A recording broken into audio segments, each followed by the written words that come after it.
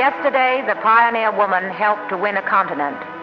Today, with the same spirit of determination, American women are working to save this way of life, working to save the nation from the impact of total war, working to build a sure defense. American women are alert to the dangers which threaten our democracy today. Women trained in science are testing and observing and working to discover new ways to this threat. Other women, skilled and unskilled, are asking, what can I do to help?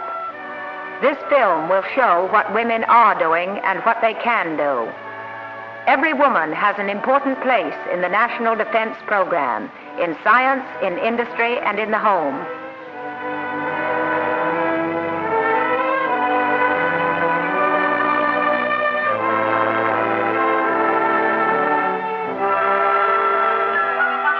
Silk is vital to national defense. Its most important use is for parachutes and powder bags. New substitutes are being perfected in the laboratory to meet the growing demand. Normal wear is hard on clothes, but not so hard as a machine like this. And there is a direct relation between an abrasion tester, clothing, and national defense. Durability and economy are important to American consumers called on to make sacrifices in this emergency.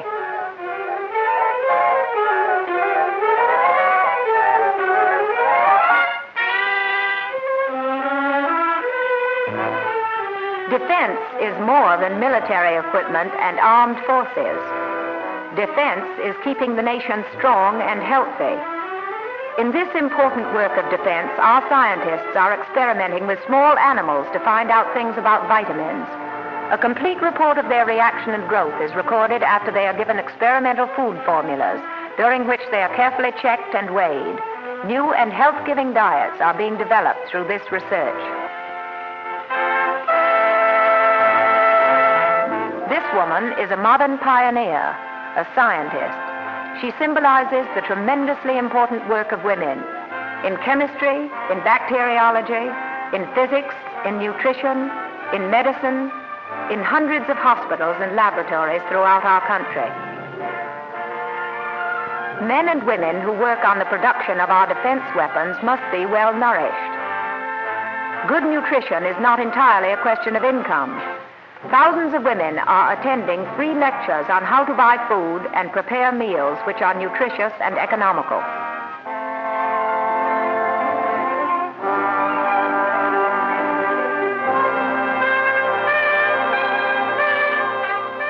Women working in industrial plants need costumes which are comfortable and safe around machinery.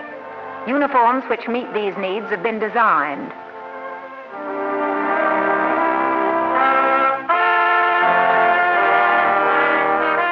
Two-thirds of the jobs in defense industries can be done by women today, and officials of the defense program are advocating more extensive job training for women and girls. These girls, already trained in our new defense program, are able to turn out small machine parts. More women are being trained in mechanical trades to meet the shortage of skilled labor for drilled presses, turret lathes, milling machines, planers, and welding equipment.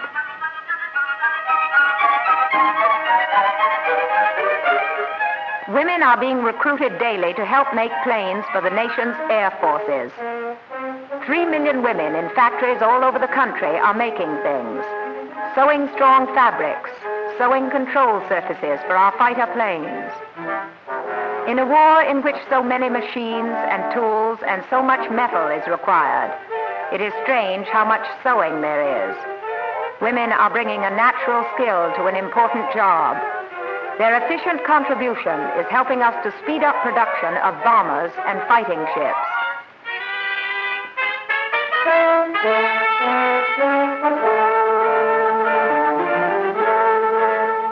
One parachute takes 65 yards of silk. Only silk has the lightness and strength essential in making parachutes. Women who have had special training in the manufacture of this product are the only ones who can be employed in these factories. A man's life depends on every parachute, so there is no margin for error. The nimble fingers of these women are capable of turning out perfect workmanship on unbelievably fast-running machines.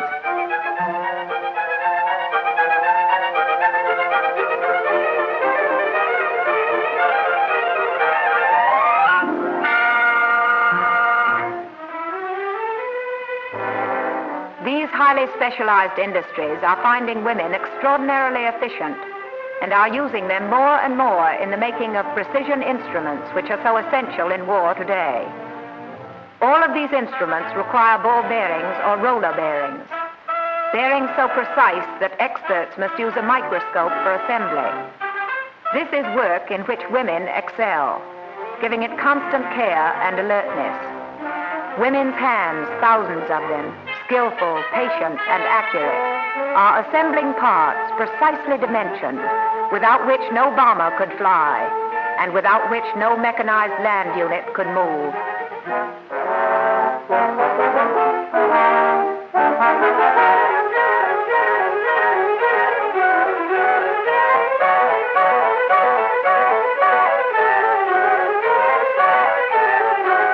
Every ship that glides down the ways must have electrical switches.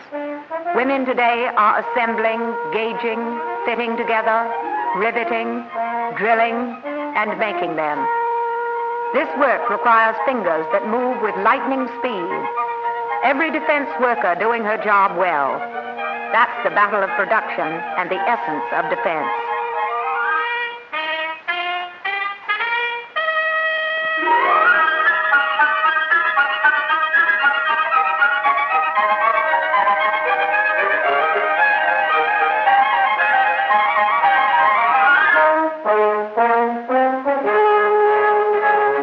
Women are working side by side with men on the assembly lines and in inspection units of munition factories. Millions of shells are moving off the production lines in our great plants from coast to coast. Shells for tanks and naval guns. Shells for coast and field artillery. Shells for anti-aircraft defense. Women are skillful in gauging and checking for minute imperfections. Mass production is important when you realize that a single machine gun can fire 1,400 rounds a minute.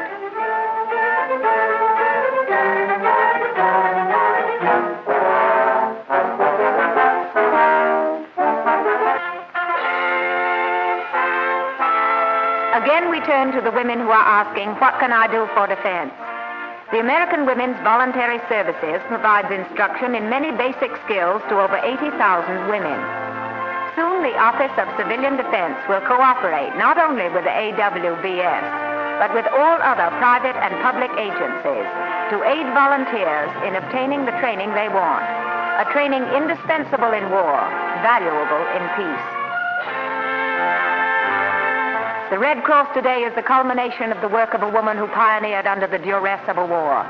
Clara Barton, its founder, determined that the care of the wounded should not be left to the unskilled. Today, true to its tradition, the American Red Cross volunteers are responding to the needs of war-distressed peoples. 25 million and more surgical dressings have already been sent to Europe.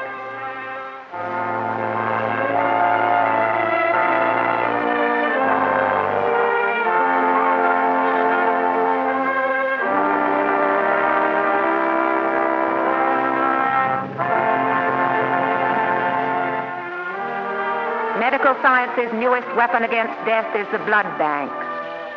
Thousands of women today are giving their blood, giving the essence of life to save life.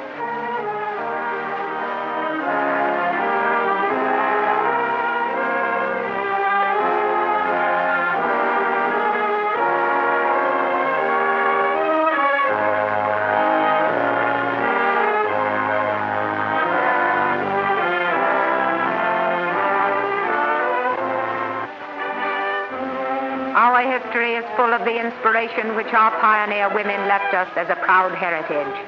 And again today, American women are stirred by that heritage, serving their country in the laboratory, on defense production lines, in the civilian defense services, and in the home, which is, after all, the first line of defense. Women have always been the guardians of the home and the children, the future of our country. And they are determined that our democracy shall survive and that our precious freedoms shall be preserved.